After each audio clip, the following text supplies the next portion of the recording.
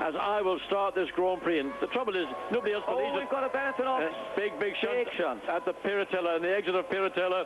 And we don't know whether it was a lazy was on circuit for Gerhard Berger. Both the Benettons, and that in fact it is Jean Alesi getting out of the Benetton. That's a big heavy shunt. The car, we can see there the exit of the Piratella. He may well have ridden the curb on the exit, lost the car. You can see the appear. Oh yes, well, way wide, much too early in the corner.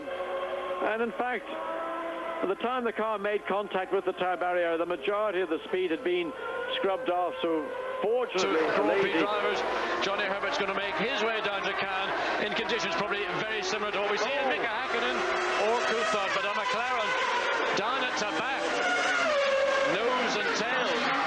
We wait to see. There it is, and that is a severe damage to that car. Indeed, it is Mika Häkkinen's car, and that will be a problem for the McLaren team, because that car looks to have substantial damage on the right-hand side, certainly the front suspension. Whether the damage is restricted just to the suspension units themselves, or it's been carried all the way through into the mounting points, but slow down. Those waved yellow flags are there for one purpose, with marshals on the track manhandling that car to safety. Drivers are still not respecting what that yellow flag stands for. For Eddie Irvine, all was gloom. After heavily damaging his Ferrari on Friday when he lost control on his first lap. Let's watch what happened. Here's Schumacher. Now watch as he exits Rivage. He's hard on the throttle, but the car now is straight. There's the rubber to prove it. He gets a little bit close to the curb at this point. Now, opposite lock, and it is out of control for Schumacher. At this point, he was doing 150 kilometers per hour, and in reality didn't lose very much speed. But look at the violence of the impact now. A very hefty impact for Michael Schumacher into the tyre wall, and you can see his head taking quite a rattle against the headrest. Let's watch it from the onboard. Again, he has entered the corner. He's got the normal amount of lock that you'd expect, and suddenly something goes wrong. We don't know whether it was simply driver error, whether there was some moisture on the track, maybe running over the curb. The curbs do sometimes. Hill, Schumacher, Alesi, Berger, and that's a 40 car, I believe. It is indeed. So it's either Montemini or Badoer, and whoever it is seems to be all right as he's wriggling out. You can just see he's taken the steering wheel off. Now, is it Luca Badoer? We can't see the number or the distinguishing stripes. Well, he's wriggling out of the car. Marshall's not being a great deal of help. And it is Luca Badoer. Luca Badoer, the young Italian. Well, a helping hand wouldn't be amiss, fellas. Absolutely. Whether they're too terrified of what's going on, I really don't know. But that is a very timid bit of marshalling there. Now, it looks like Luca Badoer, he's not impressed with the assistance he's getting. We'd love to know quite how that dramatic-looking incident developed. It looks like it's sort of touched wheels with another car. Whether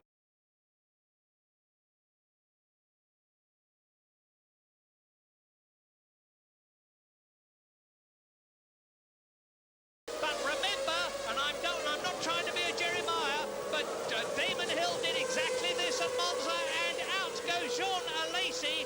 I don't know what the problem was in terms of somebody hitting him, but Jean Alesi is the first retirement in Japan, and that was at the very first corner. No doubt we will see a replay.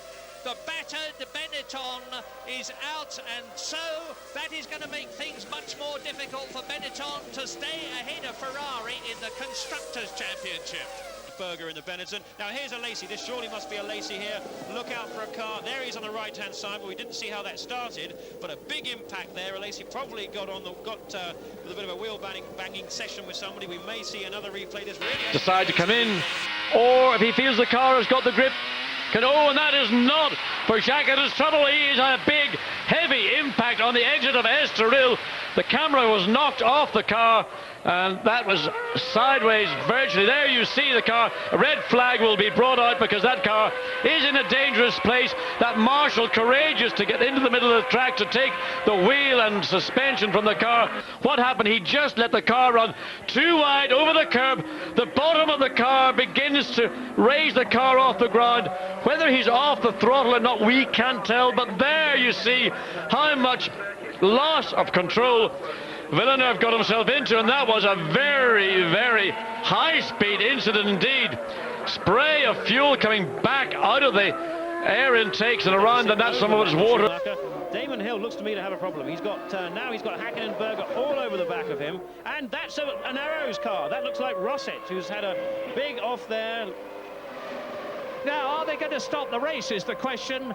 It is Rosset. He seems to be perfectly all right. They've got the tyres and wheels off the track. Good marshalling, that is. And out goes the fire extinguisher. That Irvine wasn't going to be able to get past Martin Brundle on the track, so they brought him in for an early tyre stop, hoping that his stop will be shorter than Martin Brundle's when he comes in, and that Irvine will be able to get past the Jordan that way. It's Verstappen's car. My apologies to Ricardo Rosset. Jos Verstappen is very much out of the Belgian Grand Prix. That little off this morning maybe tempers some of the confidence Hannes has showed throughout the 2 look, days. we've had a major shunt on the start-finish straight. It's Heinz-Harald Frentzen, and that Sauber has been completely destroyed. It looks as though he ran wide out of the final corner. Indeed, that is the rear of the car ripped away. Frentzen totally unhurt, steps out of the car. Just an indication of how slippery, and of course the red flag out immediately, because down there are a million bits and pieces of that Sauber Ford over the racetrack, most of it's carbon fibre, but there'll be parts of it. Yes, he just hit the curb and then into the tyre wall. So, and in fact he hit the tyre wall where it protects that concrete barrier. There's an access between the barrier. He hit it. You can't imagine it being possible to hit that tyre wall at the point where the wall actually is an opening.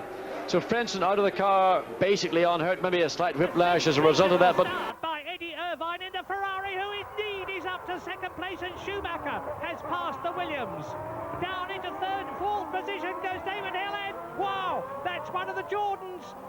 This is what we feared at this corner, and that looks very nasty indeed. The Jordan goes flying through the air into the wall. There is absolutely no doubt that the Australian Grand Prix will be stopped. Indeed, the red flag has gone out. It's Martin Brundle, and miracle of miracles, this is well nigh unbelievable. Martin Brundle gets out of the car, and he is seemingly all right in terms of both. Now here it is. Let's have a look at it again. Now watch the Jordan, the gold car, in the centre of your picture. Watch the McLaren there. It's David Coulthard who slides sideways. He runs into Martin Brundle, making up a good start. Martin Brundle's Jordan goes over spectacularly. What a tremendous tribute to the strength of these Formula One cars. The FIA have progressively increased the strength of the cars. Through, we've got Mika Hakkinen. There is the flying Jordan in the background of Martin Brundle. The car rolls over several times. It looks like the back of the car is broken. That's the point at which the engine bolts onto the back of the chassis. The engine is, in fact, part of the chassis. The rear suspension on these cars bolts onto the gearbox, and that bolts onto the back of the engine, and that's clearly broken away partially anyway.